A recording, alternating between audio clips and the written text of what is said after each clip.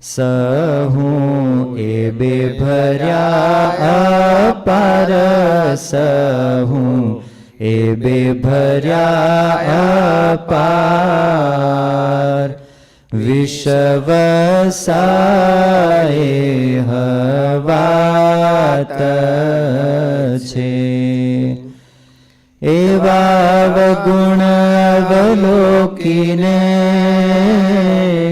હરિ કરે કેનું કલ્યાણ, હરિ કરે કેનું કલ્યાણ. નિષ્કુળાનંદ તૈયે નાથને ઠાલો ફેરો પડ્યો પરમાણ, ઠાલો ફેરો પડ્યો પરમાણ. વિષવસાય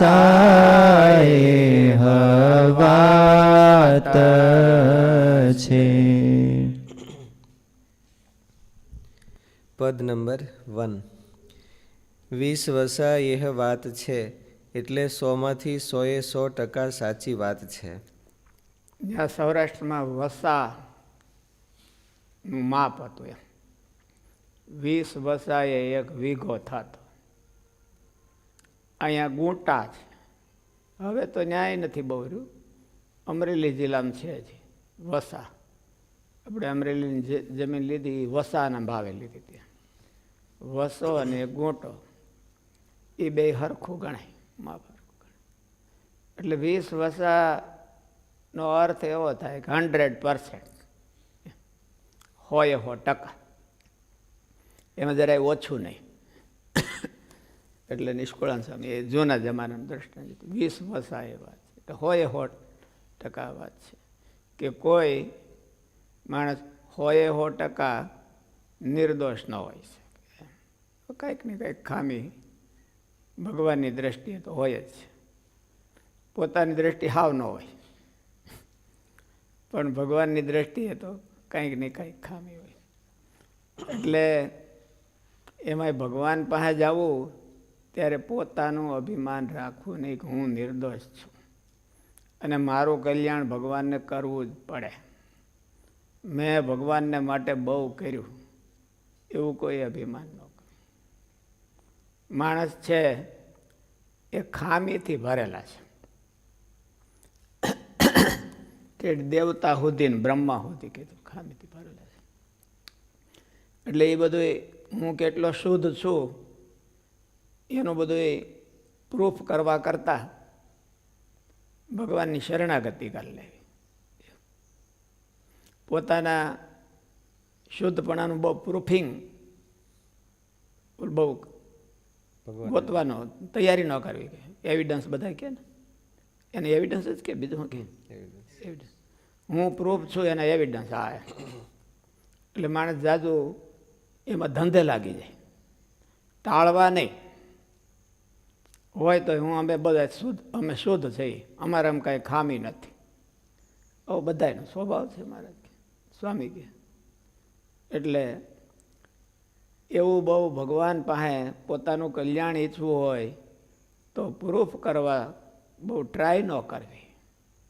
ભગવાન જાણે છે તમે આપણે કેવા શુદ્ધ છીએ અને કેવા નથી એ તો ભગવાન જાણતા હોય. કદાચ ને શુદ્ધ હોય તોય ભગવાન જાણતા હોય કે સારું ધન્યવાદ દેતા હોય. વસા એ જૂના જમાનાનું કોઈક ક્ષેત્રફળના માપનું નામ છે. જેમ 100માંથી 100% તે આંકડો પૂર્ણ થઈ જાય તેમ 20 વસાએ તેનું એકમ એકર સંપૂર્ણ થાય છે.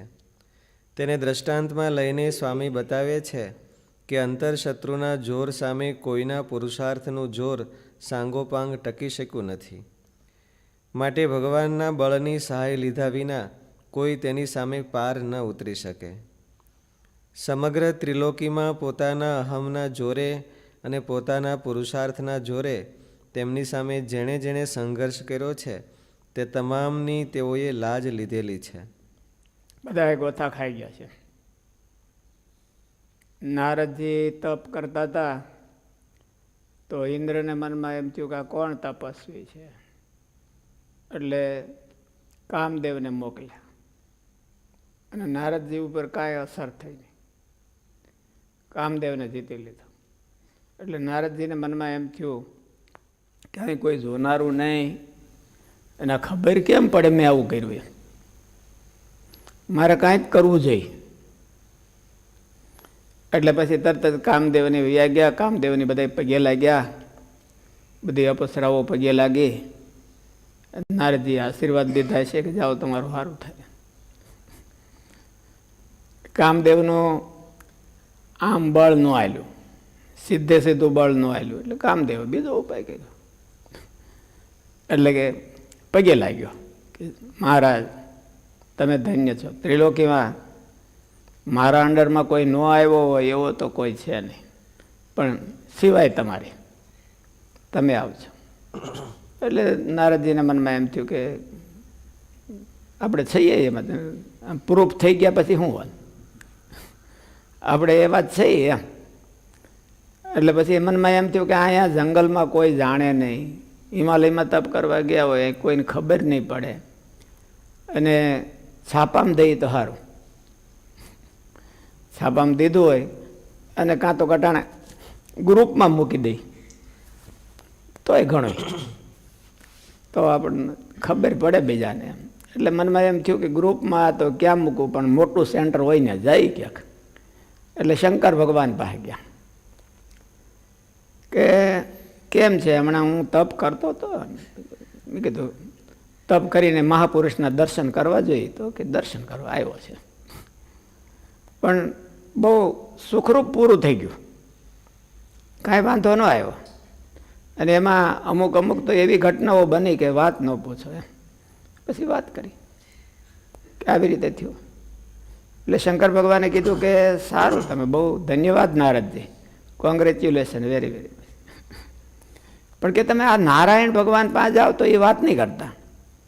એટલે નારદજીને એમ થયું કે જો લે આને ઈર્ષા આવી, કે હકીકતમાં તો ન્યા જ આપણે આશીર્વાદ લેવાના હોય અને સારું જાણકાર થાય હોય, ત્યાંથી આશીર્વાદ લેવાના, ને આને ઈર્ષા આવી લાગે એમ કે તોય એને તો કીધું. એટલે ભગવાને કીધું કે ના બહુ તમે સારું કામ કર્યું. એટલે એને બહુ અભિમાન આવી ગયું. તો પછી આ ઓલા અમરીશ રાજાની કન્યાનો હાથ જોવા ગયા, એમાં બહુ મોટી ધમાલ થઈ ગઈ. એટલે પછી બધી લાજ ગઈ. એટલે હવે નકર એ તો બહુ સારા માણસો હતા, અને ત્રિલોકીમાં ફરનારા ભગવાનનું નામ મન કહેવાય એવા હતા. એટલે અભિમાન કરે તો આવું થાય. નકર મહારાજ એવું કીધું કે ભગવાનનો આશરો હોય ને પામર જેવો જીવ હોય તો એને ઓલા કાંઈ કરી ન શકે, પામર હોય તોય. જો ભગવાનને આશરાનું બળ લઈને કરે તો પામર જેવો જીવ હોય તો કાંઈ વાંધો ન આવે, અને પોતાનું બળ લઈને કરે તો બહુ મોટા મોટા હોય, ગોતા ખાય છે. એટલે ભગવાન પાસે પોતાની નિર્દોષતા પ્રૂફ કરવાની ટ્રાય ન કરવી. ભગવાન પાસે તો અત્યારે કદાચ હરખું આવી ગયું એટલે ઠીક છે, આપણા કાળા ડાઘ આગળના તો ઘણા જ છે એમ માની અને ભગવાન પાસે નિર્માની થઈ અને આશરો કરવો, એનું બળ રાખવું. બળ એનું જ હાલે છે આખા જગતમાં, આપણું હાલતું નથી. સ્વામી બતાવે છે કે અંતરશત્રુના જોર સામે કોઈના પુરુષાર્થનું જોર સાંગોપાંગ ટકી શકતું નથી. માટે તેમ એને સરેન્ડર પણ નહીં થવાનું. ભગવાનનું બળ લઈ અને એને પડકારવા, સમરાંગણમાં એની હારે યુદ્ધ કરવું અને ભગવાનને પ્રાર્થના કરવી કે તમે મારી વારે રહેજો, હું તમારા બળથી આની હારે ચેલેન્જ લઉં છું. તો ભગવાન તો પાર ઉતરી જાય. માટે ભગવાનના બળની સહાય લીધા વિના કોઈ તેની સામે પાર ન ઉતરી શકે. સમગ્ર ત્રિલોકીમાં પોતાના અહમના જોરે અને પોતાના પુરુષાર્થના જોરે તેમની સામે જેણે જેણે સંઘર્ષ કર્યો છે તે તમામની તેઓએ લાજ લીધેલી છે. દેવતા દાનવો એટલે મનુષ્યો એ બહુ જાજુ કાંઈ ન કરે અને પછી હું આને બહુ પીડવાનું બહુ એવું ન હોય, નાક કાપીને વ્યાજ જાય એટલે કામ પૂરું, એનું કામ પૂરું થઈ ગયું. નાક કાપીને વ્યાજ જાય. અંતરશત્રુ હોય એ બીજું કાંઈ જાજુ કરે નહીં, નાક કાપી નાખે. એટલે પાછું આ ઉગતું નથી બીજી વાર. દેવતા, દાનવો, મનુષ્યો, મુનિઓ કે ઇન્દ્રાદિક મોટા ઈશ્વરો કોઈને તેમણે છોડ્યા નથી.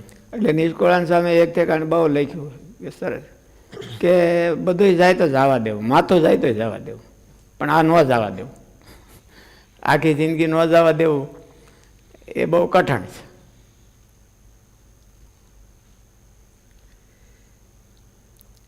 ઈશ્વરો કોઈને તેમણે છોડ્યા નથી, બાકાત રાખ્યા નથી.